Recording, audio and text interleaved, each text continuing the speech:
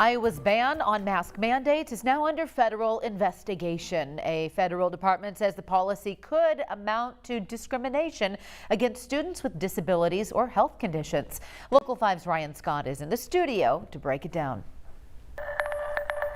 Stephanie, the investigation comes from the Civil Rights Office of the U.S. Department of Education.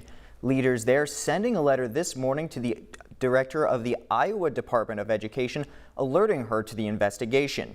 The investigation focuses on this question: does Iowa's ban on districts posing mask mandates prevent schools from protecting students with disabilities? The letter notes that would violate federal law.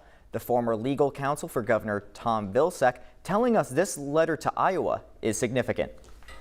What this letter does is put the state of Iowa on notice that it should reconsider a broad-based ban of prohibiting masks in school and recognize that there may be children with disabilities who need an accommodation to have fellow classmates or perhaps a teacher or those closely associated with them wearing masks in order to keep them safe in the classroom.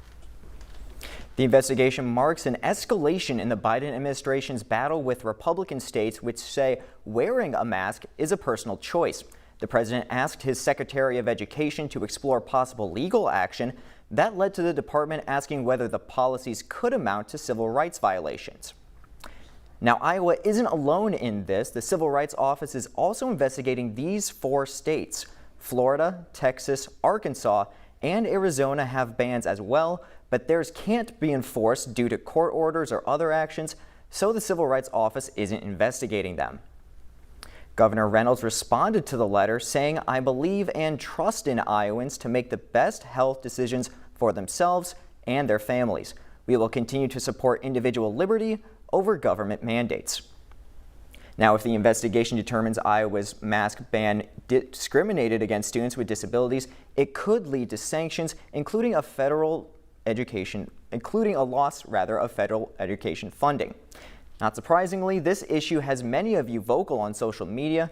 These are just a handful of comments from the We Are Iowa Facebook page. These are just the ones that are clean enough to air. A majority disagree with the investigation. Others, like Jody Fox, commenting with a positive yay.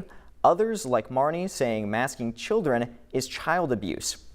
Now, you can read more on the investigation at weareiowa.com. In studio, Ryan Scott, Local 5 News, We Are Iowa.